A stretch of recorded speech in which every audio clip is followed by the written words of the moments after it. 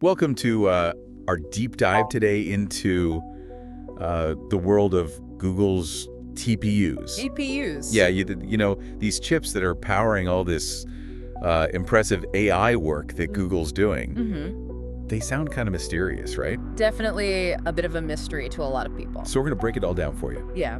In a nutshell, TPUs are custom-designed chips that are made specifically for machine learning, and they're kind of a big deal, right? Yeah, I mean, what's really fascinating about TPUs is they represent like a whole different way of thinking about computing. Yeah.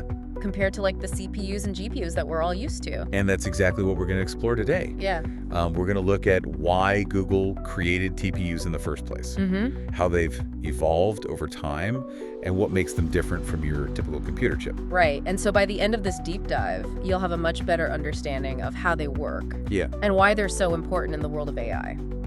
Yeah. So to kick things off, let's go back to the beginning. Why did Google decide to create TPUs in the first place? It's not like they didn't have access to powerful CPUs and GPUs already, right? Right. Well, it all comes down to the unique demands of machine learning. Okay. And particularly the type of machine learning Google is doing. Yeah. They were training these massive neural networks. Yeah. And CPUs and GPUs, while powerful, just weren't cutting it. So it was a matter of like needing the right tool for the job. Exactly. Yeah. CPUs are incredibly versatile, Yeah. you know, like a Swiss Army knife of computing. Right. But they're not optimized for the sheer volume and the specific types of calculations needed for deep learning. Okay. So they needed something a little more Right. specialized. Exactly. I mean, think of it this way. Okay. You need to create 1,000 identical products. Yeah. A skilled craftsperson with a Swiss Army knife, Yeah. they could do it, Right. but it would take a very long time. Yeah. You'd be much better off with a factory production line designed just for that task. Okay. So TPUs are like that specialized factory Yeah. built for mass production of AI calculations. That's a great way to think about it. Okay. They're designed to handle high volume, low precision calculations, Okay. which happen to be exactly what neural networks need to, crunch through tons of data Right.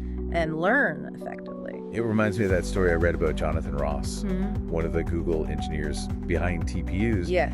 And he had this like aha moment when he realized that Yes. systolic arrays, Right. which is a specific way of arranging processors, Yeah. were perfect for the kind of matrix multiplication that neural networks rely on. That anecdote, perfectly captures Yeah. the essence of TPU design. Yeah. Google wasn't just trying to make existing chips faster. Right. They were rethinking computation, from the ground up to Yeah. align with the needs of AI. It's like they said, forget the Swiss Army knife.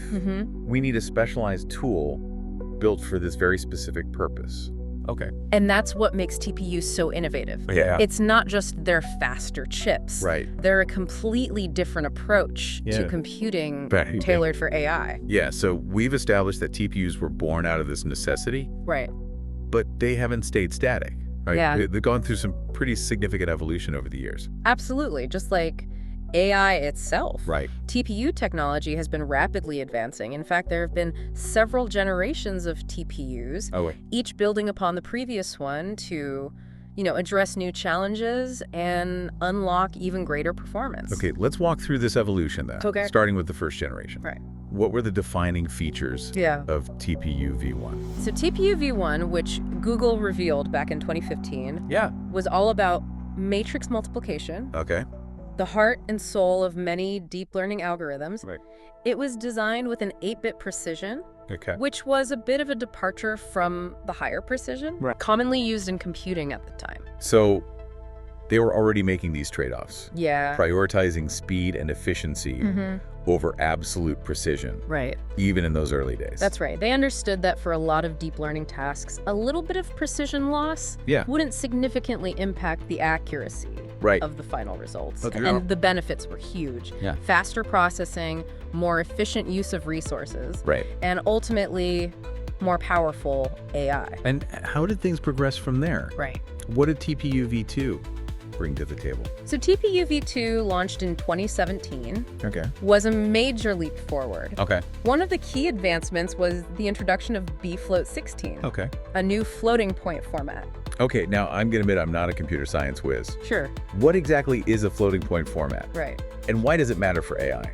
It's a great question. Yeah. Think of a floating point format like the level of detail in a photograph. A higher precision format, like the 32-bit format commonly used in CPUs, Yeah. is like a high-resolution photo. It captures a lot of detail, Okay. but it requires more storage space. Right. bfloat16, on the other hand, is like a slightly lower resolution photo. Okay. It sacrifices a tiny bit of detail, Okay. but it's much more efficient in terms of storage and processing power.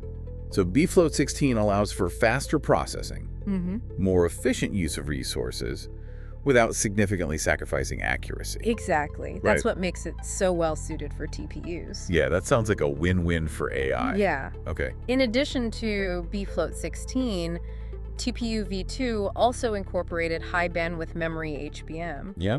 which basically means it could be fed with the data much faster. It's like upgrading the data pipeline to handle the increased flow of information. So it sounds like each generation of TPUs was addressing bottlenecks and kind of pushing the limits of what was possible. Right. Okay, so what came next with TPU v3? So with v3, which Google rolled out in 2018, they essentially doubled the compute power. Okay. And they started connecting TPUs into these larger pods for massive scaling. So imagine like hundreds or even thousands of these chips working together. Now that's what I call teamwork. Yeah. What about v4? Yeah. Didn't they make a big leap forward there? Absolutely. TPU v4, which was launched in 2021, achieved like an incredible 2x performance boost over v3. Okay.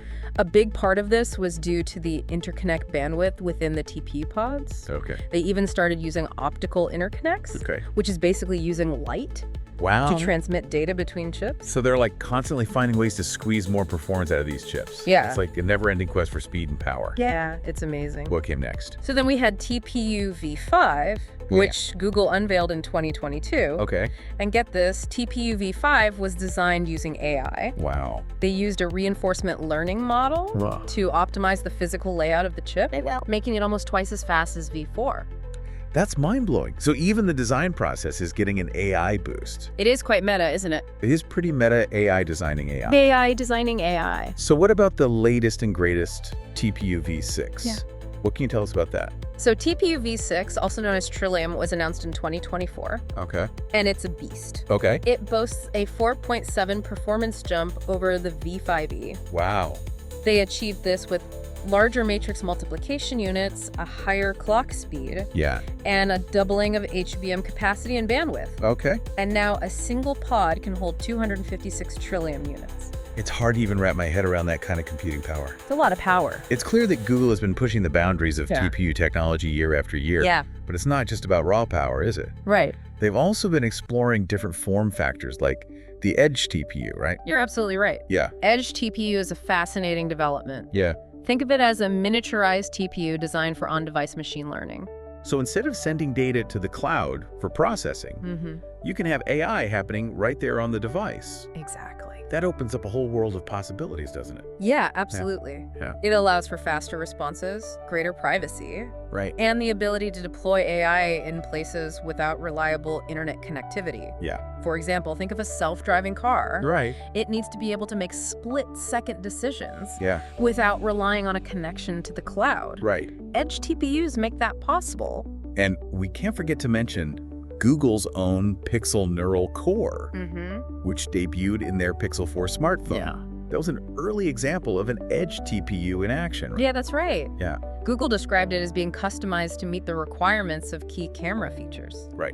And you know what? They even used a neural network to design the neural network. Oh, wow. That runs on the Pixel Neural Core. That's pretty meta. It is. It's AI all the way down. Yeah. And of course, they've taken this even further with the Google Tensor chip. Exactly. Their own custom system on chip that powers the Pixel 6 and later smartphones. Right. And Tensor integrates an edge TPU for on-device machine learning, combined with other specialized processors for tasks like image processing and digital signal processing. Okay. It's a powerful example of how Google is using custom hardware to differentiate their products and deliver these unique AI-powered experiences. Okay, so we've covered a lot of ground here. Yeah, we have. We've seen how Google developed TPUs to address the limitations of CPUs and GPUs for AI workloads. And we've traced their evolution through multiple generations, each more powerful and specialized than the last. Right. But there's another fascinating aspect to this story. Oh. A bit of legal drama. Oh, okay. That sheds light on just how valuable this technology is becoming. You're talking about the lawsuit by Singular Computing. Exactly. This is where things get really interesting because it touches on the very heart of what makes TPUs unique. So why don't you tell us a little bit about Singular Computing and what their beef with Google was all about? So Singular Computing is a company founded by Joseph Bates, a computer scientist with a background in AI and reconfigurable computing. Right. They specialize in building custom chips optimized for specific applications. So they're in a similar space as Google when it comes to TPUs. Right. What specifically did they allege? So Singular Computing claimed that Google infringed on their patents related to the use of non-standard floating point numbers in TPUs. Okay. Remember bfloat16? Yes. That format Google developed for TPU v2. Yeah. That's at the heart of the dispute. So bfloat16, that format that was specifically designed for deep learning became a point of contention. Precisely. Interesting. Singular Computing argued that their patents covered the use of floating point formats with a specific dynamic range. Okay. And that Google's bfloat16 fell within that scope. So it was a battle over who invented what. Right. And who had the right to use it. Exactly. That's fascinating. So you have these two companies both pushing the boundaries of chip design for AI. And they end up clashing in court over a fundamental building block of deep learning. It really highlights how competitive this field is becoming. And high stakes. Yeah, absolutely. Okay. These kinds of legal battles are likely to become more common as the race to develop even more powerful and efficient AI chips intensifies. It's a reminder that innovation isn't always smooth sailing. Right. There are bumps along the road. Legal challenges, fierce competition. Right. But at the end of the day, it's this drive to push the limits of what's possible that leads to breakthroughs like TPUs. Absolutely. And on that note, I think we should maybe take a little pause here. That's good. And when we come back, we'll dive into some specific examples of how TPUs are being used in the real world. I'm excited for that. Okay. Let's do it. All right, we'll be right back. Okay. So before the break, we were just talking about how Google found themselves in that legal battle with Singular Computing. Yeah, and it really highlighted that competitive landscape of AI chip development. For sure. But I think it's time we maybe shift gears a little bit. Okay. And delve into what makes TPUs really distinct from CPUs and GPUs. Right. We touched on some of the key differences. Yeah, right. But I think I'm ready for like a deep dive. Okay. Into the nuts and bolts. Okay, so at their core, TPUs are all about matrix multiplication and convolution operations. The workhorses of deep learning algorithms. Yeah. And they achieve this through a very specialized architecture that prioritizes throughput. Okay. So handling a huge volume of calculations over the raw speed of like individual tasks. So instead of being like a super fast sprinter, they're more like a well-coordinated team of marathon runners, each handling a part of the workload efficiently. That's a great analogy. Okay. It's about efficiently processing vast amounts of data, even if each individual calculation isn't as lightning fast as what a CPU might achieve. Okay, and this is where that concept of systolic arrays that we mentioned earlier comes into play. Right. Remember Jonathan Ross's aha moment? Yes, but remind me. Yeah. How do systolic arrays actually work? Okay, so imagine like a line of dancers. Okay. Each passing information to the next. Yeah. In a perfectly synchronized pattern. Okay. That's essentially how data flows through a systolic array. Yeah, okay. Allowing for like highly efficient parallel processing. Great. Each processor in the array does its small part. Right. And together they achieve incredible speed. So it's all about streamlined teamwork. Yeah. Within the chip itself. Within the chip itself, exactly. Fascinating. Yeah. Another crucial difference, I think, is the emphasis on low precision calculations. Right. TPUs often work with 8-bit or 16-bit precision, whereas CPUs and GPUs typically use 13-bit or even 64-bit precision. Right. So wait a minute, doesn't that mean TPUs are less accurate? Oh. Why would they sacrifice precision? That's a great question. Yeah. And it gets to the heart of TPU design philosophy. Okay. You see, for many deep learning tasks, especially during the training phase, using lower precision doesn't actually impact the accuracy of the final model Oh, okay. in a meaningful way. So they're finding that sweet spot where they can cut back on precision. Right. Without sacrificing the quality of the end result. Exactly. Okay. And the benefits are substantial. Yeah. Lower precision means you can pack more processing units on the chip. Right. You can process data faster. Right. And use less power. So it's all about maximizing efficiency. Exactly. For the specific needs of these AI workloads. It's like they're saying, why use a sledgehammer when a scalpel will do the job just as well? I love that analogy. That's a good one. Okay, so let's compare and contrast TPUs with CPUs and GPUs a bit more directly. All right, let's do it. What are the strengths and weaknesses of each when it comes to AI? Okay, well, we've already talked about how TPUs excel at tasks involving convolutional neural networks, CNNs. Right, you said those are commonly used in image recognition and natural language processing. But for those of us who aren't AI experts, can you break down what a CNN actually is? Yeah, so imagine a detective Okay. meticulously scanning a photograph for clues. Right. A CNN does something similar, but instead of a photograph, it's analyzing data for patterns. Right. And it's particularly good at identifying features and making connections within complex data sets. Right. Which makes it perfect for things like image recognition and understanding language. So if you're dealing with something like Google Photos, where the AI needs to sift through millions of images to identify faces and objects, TPUs are like the perfect tool for the job. Yeah. Exactly. They're designed to handle the high volume and low precision calculations that CNNs thrive on. Okay. Now, on the other hand, GPUs, Yeah. while also powerful for AI, are better suited for certain types of fully connected networks. Okay. And they have a special advantage in handling tasks like rasterization. Rasterization. Now, there's another term I'm not familiar with. Okay, so think of it this way. Yeah. Rasterization is basically the process of converting like a bunch of mathematical data into the images you see on your screen. It's what makes your video games look all smooth and colorful. Right. And GPUs are particularly good at it. So if you're playing a graphically intense video game, you're going to want a powerful GPU. You want a powerful GPU under the hood. Okay. Absolutely. Now, CPUs. Yes. While not as specialized for AI as TPUs or GPUs, still have their own advantages, right? Right. They can be more efficient for certain types of recurrent neural networks, RNNs. Okay, now I'm really lost. Okay. RNNs, what are those all about? All right, so imagine you're trying to predict the next word in a sentence. Okay.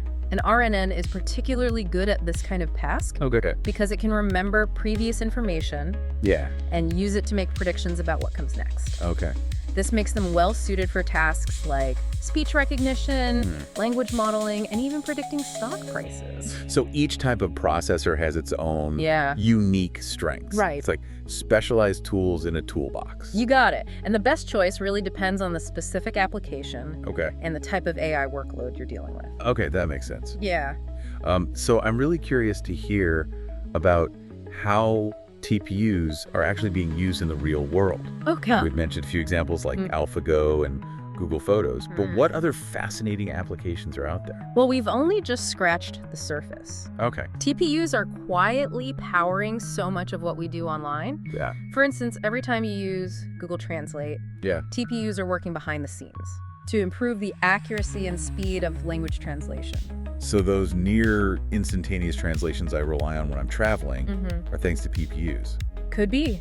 That's amazing. Yeah, and that's not all. TPUs are also a crucial part of Google search. Okay. Powering features like query understanding and personalized results. So every time I type a question into Google, TPUs are helping me find the best answers. Precisely, they're like the invisible librarians of the internet. Wow. Constantly sorting and organizing information to make it more accessible. It's amazing how deeply TPUs are embedded in so many aspects of our digital lives. Right. What other cool examples can you share? Well, one that really captures the imagination is AlphaGo. Right. The AI system that famously defeated world champion Go player Lisa Dahl. Right. I remember that being a huge milestone in the world of AI. Huge. It felt like a real turning point, where AI was no longer just this like theoretical concept, but something that was capable of surpassing human capabilities in these really complex tasks. Yeah, and it's a testament to the power of TPUs. Right. They provided the computational horsepower needed to make that breakthrough possible.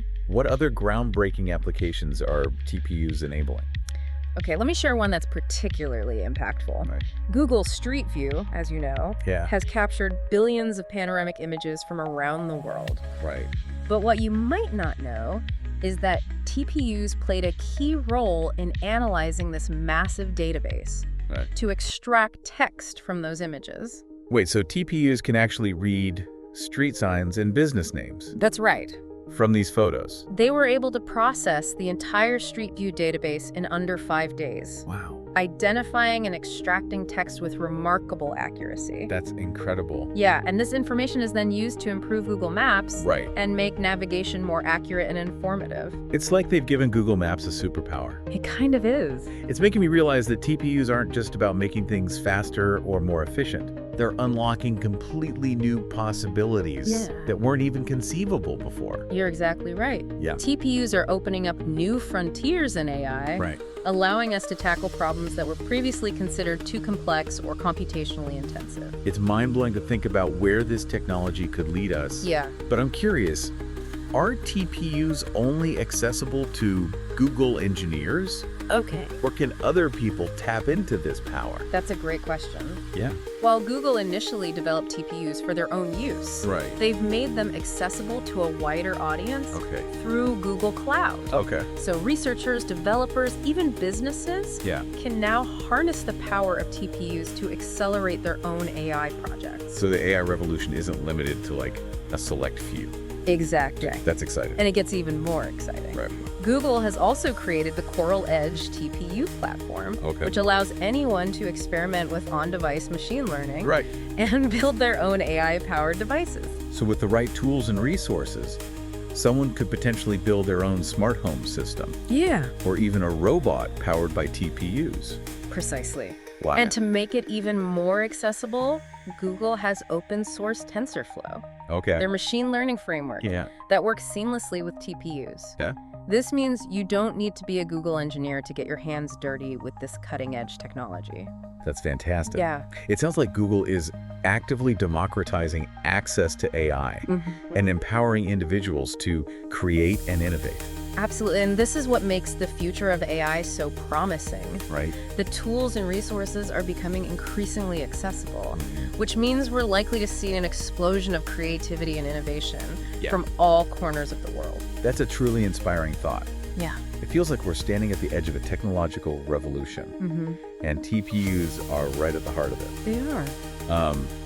But before we get too carried away with all the possibilities, Right. let's circle back to that lawsuit All right. by Singular Computing. Okay. I'm still curious about the technical details Yeah. of their dispute with Google. You're right. We should probably delve a bit deeper Yeah. into the specifics of the patent infringement claims. Yeah. So Singular Computing's lawsuit centered on the use of non-standard floating point numbers in TPUs, Okay. specifically Google's bfloat16 format. Okay.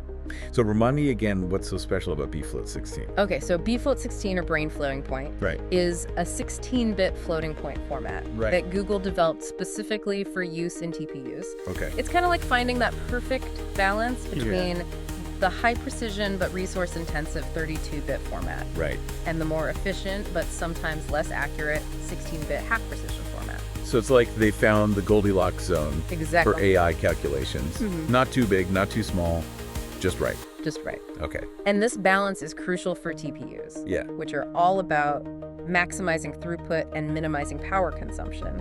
Okay. bfloat16 allows them to handle these massive amounts of data Yeah. involved in deep learning without sacrificing too much accuracy. Okay. So bfloat16 is a key part of what makes TPUs so effective. Right. But how does this relate to Singular Computing's lawsuit? So Singular Computing argued that their patents covered the use of floating point formats with a specific dynamic range, Okay. the range that encompasses Google's bfloat16. Okay. They claimed that Google was infringing on their intellectual property Right. by using bfloat16 in TPUs. So it was a battle over who owned the rights to this particular approach to handling numbers in AI calculations. That's a good way to put it. It's a classic patent dispute Yeah. where one company accuses another of Uh-huh. using their patented technology without authorization. And as you mentioned before, these types of disputes are likely to become more common Right. as the competition in the AI hardware space heats up. Precisely. The stakes are high Yeah. and companies are fiercely protective. of their intellectual property. So what exactly was Singular Computing hoping to achieve Okay. with their lawsuit? Well, as with most patent lawsuits, they were seeking financial compensation Right. for the alleged infringement. Okay.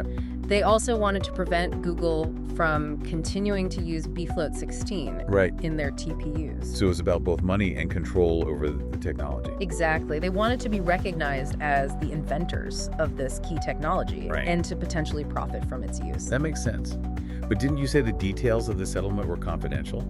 That's right. The settlement agreement was not made public. Okay. So we don't know the specific terms. So we don't actually know who came out on top. Right. We don't know the specific terms. Okay. However, the very fact that Google chose to settle Yeah. suggests that they recognized some validity Right. in Singular Computing's claims.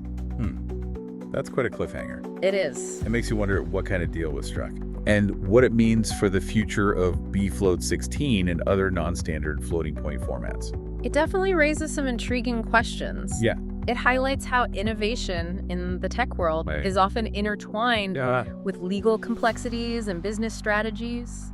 This deep dive has really been an eye-opener for me. I feel like I've gained a much deeper understanding of TPUs. I'm glad. Not just like the technical details, Right. but also the broader context of their development, their impact, and then even the legal battles they've sparked. Yeah, it's important to remember that technology doesn't exist in a vacuum. Right. It's shaped by this whole network of factors. Yeah. Social trends, Yeah. economic forces, legal battles, and even the personalities of the people who drive innovation. Yep, you're absolutely right. And on that note, I think it's time for us to maybe shift gears again Okay. and explore some real-world examples of how Totally. TPUs are being used to solve real problems Sounds good. and even create art. Let's do it.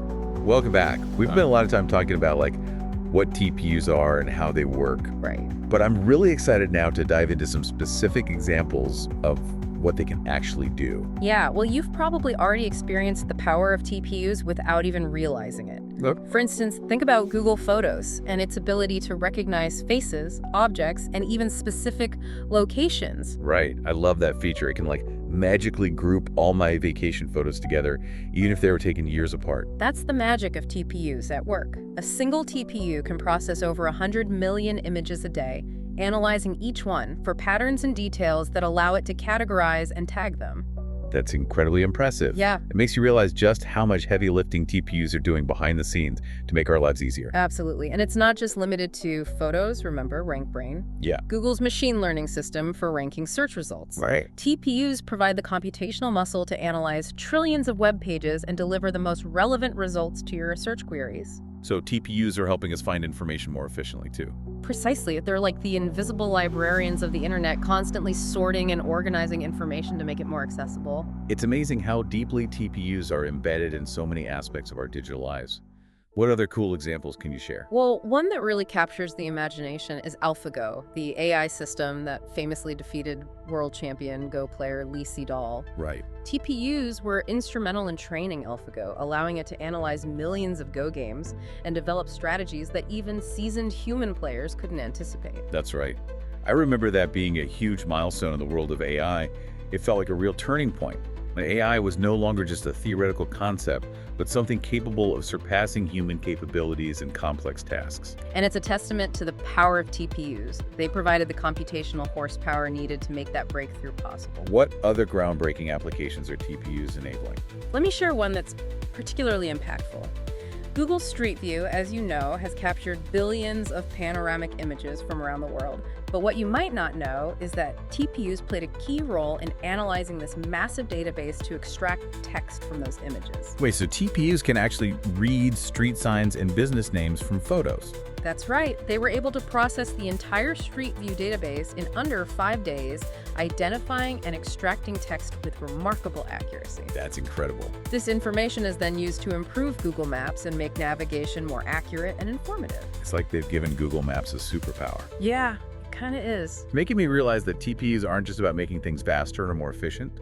They're unlocking completely new possibilities that weren't even conceivable before. You're exactly right. TPUs are opening up new frontiers in AI, allowing us to tackle problems that were previously considered too complex or computationally intensive. It's mind-blowing to think about where this technology could lead us. But I'm curious, Are TPUs only accessible to Google engineers, or can others tap into their power? That's a great question. While Google initially developed TPUs for their own use, they've made them accessible to a wider audience through Google Cloud. Researchers, developers, and even businesses can now harness the power of TPUs to accelerate their own AI projects. So the AI revolution isn't limited to a select few. Exactly. That's exciting. And it gets even more exciting. Google has also created the Coral Edge TPU platform, which allows anyone to experiment with on-device machine learning and build their own AI-powered devices. So with the right tools and resources, someone could potentially build their own smart home system or even a robot powered by TPUs. Precisely. And to make it even more accessible, Google has open source TensorFlow, their machine learning framework that works seamlessly with TPUs.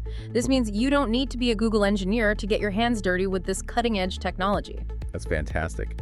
It sounds like Google is actively democratizing access to AI and empowering individuals to create and innovate. Absolutely, and this is what makes the future of AI so promising. The tools and resources are becoming increasingly accessible, which means we're likely to see an explosion of creativity and innovation from all corners of the world. Who knows what groundbreaking applications will emerge in the coming years? That's a truly inspiring thought. It feels like we're standing at the edge of a technological revolution, and TPUs are right at the heart of it. And as with any revolution, there will be challenges and uncertainties along the way, but the potential benefits are enormous and the possibilities seem limitless. This deep dive has been an incredible journey. We've gone from the technical intricacies of systolic arrays and floating point precision to the real-world impact of TPUs in fields like healthcare, finance, and even art. This has been a truly fascinating exploration of Google's TPUs. We hope you've enjoyed this deep dive as much as we have. Until next time, keep exploring, keep questioning, and keep learning.